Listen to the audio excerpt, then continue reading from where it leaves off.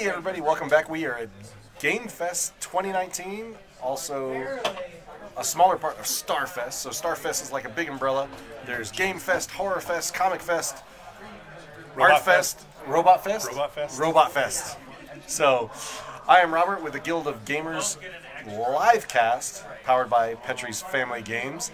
And to my left, your right, our very special, over there, special guest, Mr. Sean Brown from Mr. B Games. Howdy, howdy. Did I pronounce that correctly? You did. It wasn't, there's not like a French Scene. pronunciation? Scene Braun. No. So, thank you for joining us today. Thanks for having me.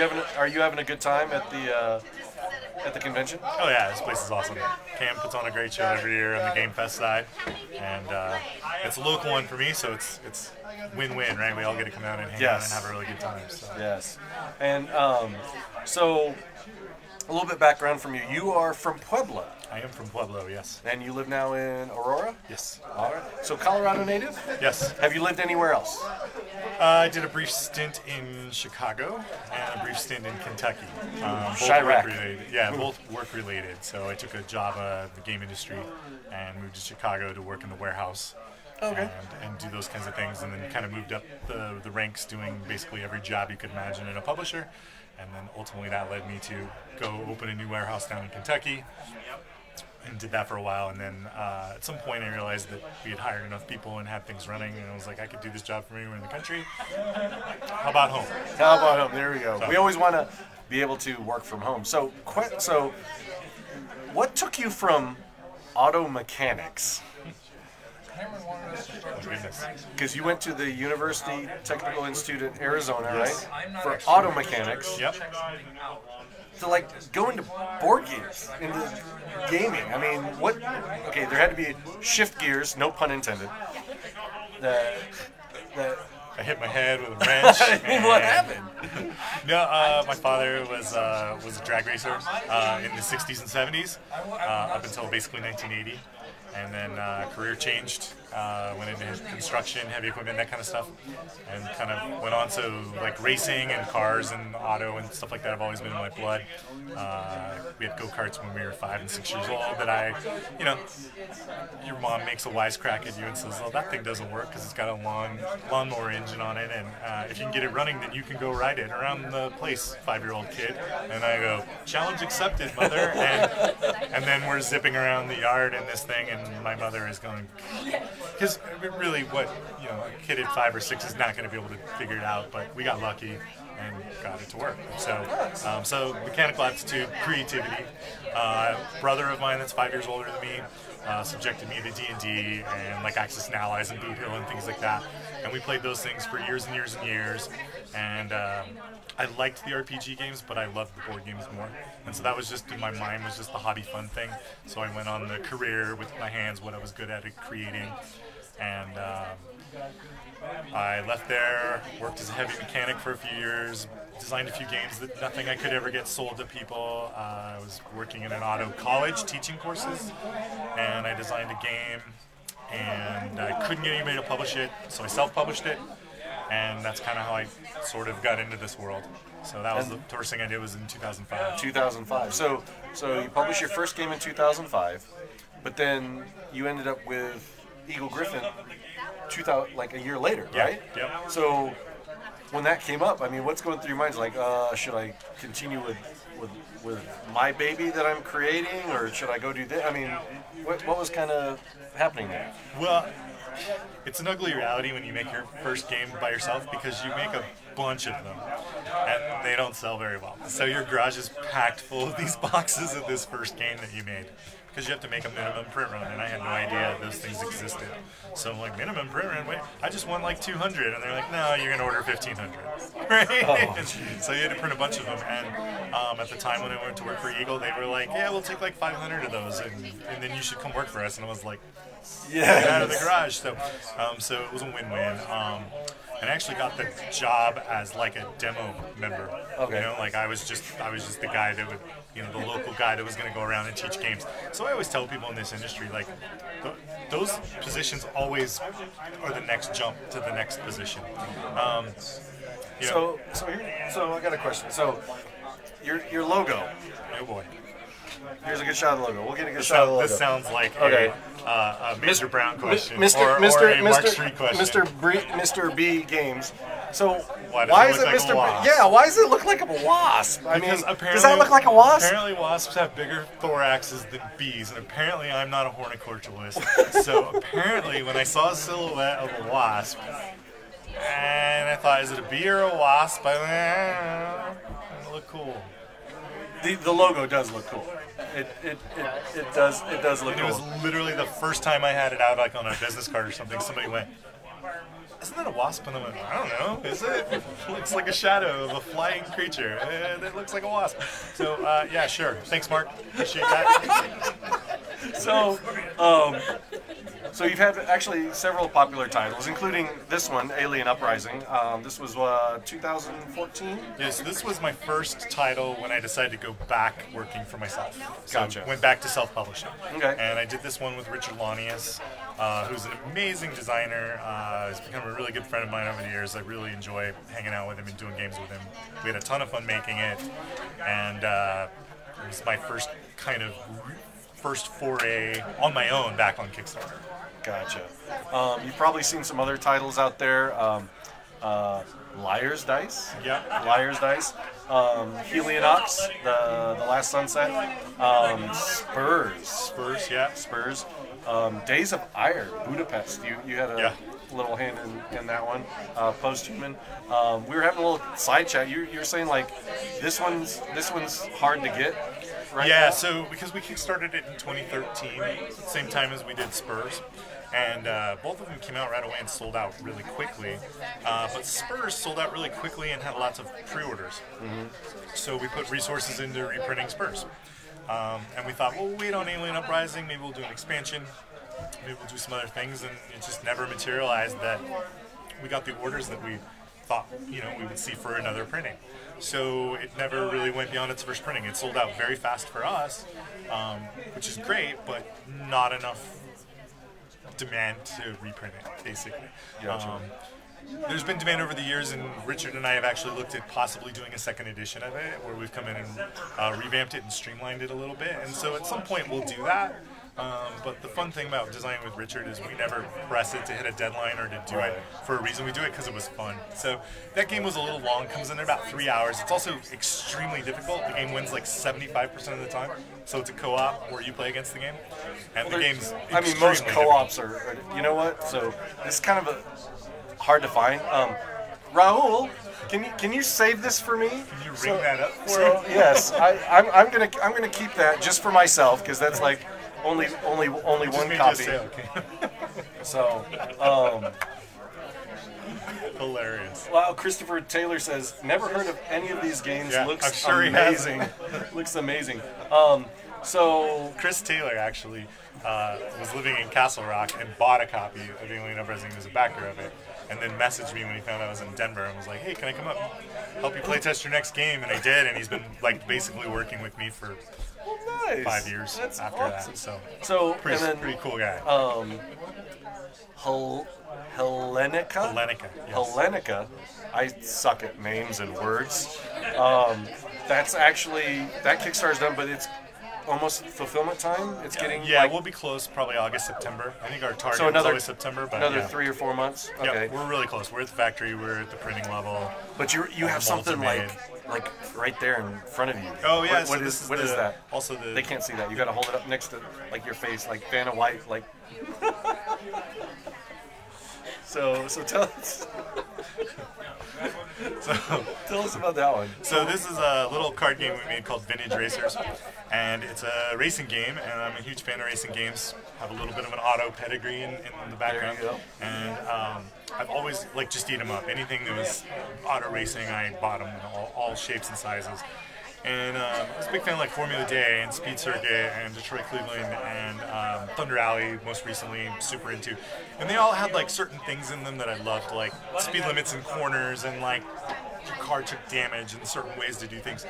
And I got thinking to myself, I really enjoy them and I don't mind playing a 2 or 3 hour racing game, but maybe other people might not because they don't want to commit that much time. So I thought, could I capture the excitement of, for me, all those games came down to the final like 2 turns and crossing the finish line. So could I do that in a card game form? And the result of this one is 15 minutes teaching it from start to finish, and I feel like the whole time you're like tense, and it captures the excitement of a race. Awesome. And this is your design? This is my design, yeah. This was an original start to finish. I didn't work with anybody on it. It was just one of those ideas had percolating for several years. This came through several iterations. It was motorcycles, then it was streetcar racing. Well, when it was motorcycles, I was convinced nobody had ever done motorcycle racing and it was going to be great. And then Fantasy Flight came out with MotoGP and it was awesome. And I was like, yeah, well, scratch that off the list. And then I was like, well, I'll do street racing, you know? Nobody will do street racing. And then the Hoarders, Jeff and Carla, rethemed Thunder Alley to street racing. And of course it's awesome because it's Thunder Alley. Yeah. And I'm like, oh, I'm not worthy to hang out with you people, so it's not street racing anymore. And I just kept doing that so many times.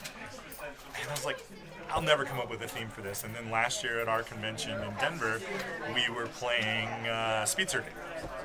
And we were having a lot of fun, but it's a long game. You have to design cars and all that stuff. And I thought, man, if you could skip the design and just have like a draft, like a quick draft, and make quick decisions and all that stuff instead of we were playing and we're having a blast, but you've got to calculate your moves and count squares, just like in Formula Day, if I'm too far out or I don't roll a die far enough.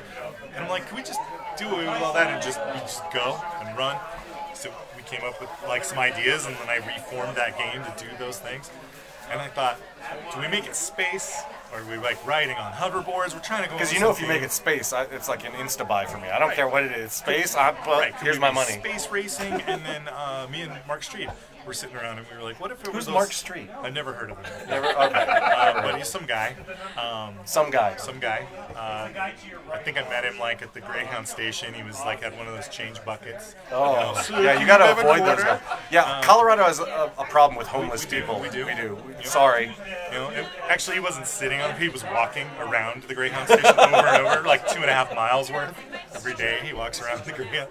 So he was saying like, you know, and we were like, we kind of got on this topic of like, what if it was the, you know, just the gritty, dirty, black and white, like silent movie type race cars.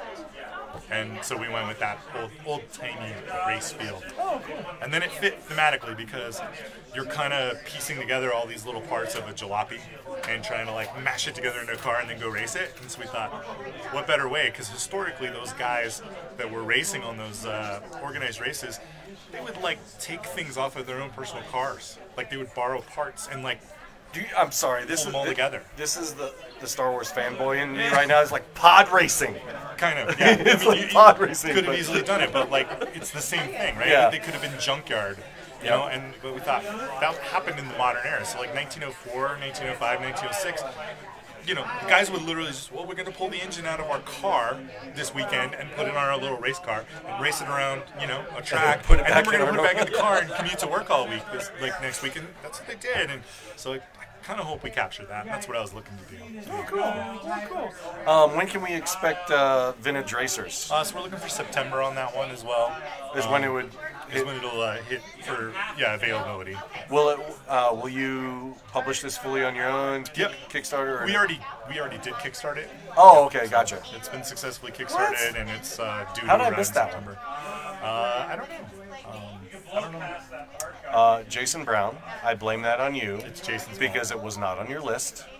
Because I stalk you on Board Game Geek. You should. And anybody Everyone else? should stalk him. Yes, it's Major M-A-J Brown. What is it? 22? Yes, 22. Yes, 22. On BoardGameGeek.com. Everybody should just subscribe to him. Add him as your geek buddy on your geek list. And don't call him Madge. I called him Madge for a year, not knowing he was in the military. And Madge was an abbreviation for Major. Sorry. This is my official apology to you. It's a true story. It really did. So, Madge. So since this was funding successful, you can do like a driver's expansion with like player powers and. I would love to do that kind of stuff. When I made this, honest opinion, I thought, I'm going to do this little card game. And I asked for a goal of $1,000, and I thought, if we're lucky, we'll get 2,000. And I can make, 1,000 decks, and we can hand them out at the show, and we can just get people to play it locally, and it'd be fun. Because I want it in my collection for no other reason. I just wanted to make it. And it did way better than that, farther than I would ever expect. Lots of cool ideas came from the campaign, from running, and I'm able to expand on it and add all kinds of cool things that I never intended to put into it. They were all like ideas that I thought I could build on if it were popular, and it became way more popular than I ever intended it to be. So because of that, I can do tracks, I can do driver powers, I can do more car parts, all kinds of cool stuff. Nice. Well, cool. Well, thank you very much for taking the time. Awesome. Thanks for having me out. To join us today. And if you probably didn't know, you probably might not have a Mr. B published game, but you probably have a game in your collection where Sean Brown was one of the designers that helped with, Pirate Dice. That's still one of my favorites. Yeah. Pirate Dice was one of the first games I ever kickstarted. We had done a few games at Eagle before, but it was the first time I had gone to the people in the company and said, I want to run a Kickstarter, like me personally. And at the time, it was our most successful Kickstarter ever. And so it was kind of funny because as a company, as Eagle, we just had not done much on Kickstarter. You have to remember that was 2011. And Kickstarter had started in 2009-ish. I mean, I think it's just hit 10 years. So by 2010, games weren't, a game funding on Kickstarter might fund for 5,000. That was pretty cool. Yeah. Right? So when we went Pirate Dice, I think we put the goal at 5,000 and we did 37. Yeah, that was it's crazy. And that was unheard of. Yeah. In 2011, it was unheard of. Because usually it was, you were only seeing 110, 120% funded. Right. My first one was, remember Chicken Caesar? Yes. That was my first Kickstarter campaign that I ever backed on a crowdfunding platform. But now you got some like CMON, 3 million, 4 million. I'm just like, what? But they go crazy. I mean, when I left Eagle and started Mr. B Games back up in 2013, the first one I ran was Alien Uprising, and we went over 100,000 in crowdfunding, and we were one of only 10 titles in the board game section to have ever done that at the time. And the one that was number one was Zombicide at 246 million. Oh, hold on. That was crazy rare. Ma'am, you need this. You need this right here. This it'll match your costume. It is. This, you can find these up at the merchant room in Gamefest, second floor, in the mezzanine. $16.99? No, $26.97. Why is it 97? Nobody buys anything for 97 cents. Yeah, Raul, you need to change from 97 to 99 cents.